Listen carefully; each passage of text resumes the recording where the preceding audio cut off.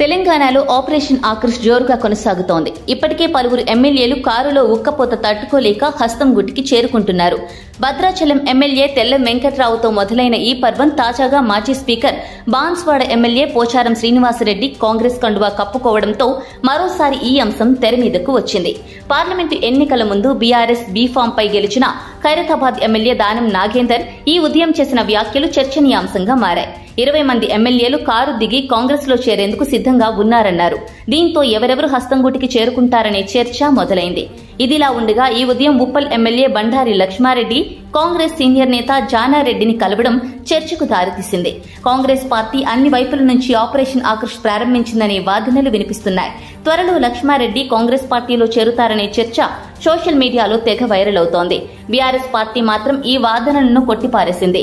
జానారెడ్డి పుట్టినరోజు సందర్భంగా శుభాకాంక్షలు తెలియజేయడానికి లక్ష్మారెడ్డి వెళ్లారని పార్టీ శ్రేణులు తెలిపాయి. పోచారం వంటి సీనియర్ నేతలే కారు దిగిపోతుండటంతో ఉప్పల్ ఎమ్మెల్యే కాంగ్రెస్ గుటికి చేరడంలో ఆశ్చర్యం లేదని మరికొందరి వాదన.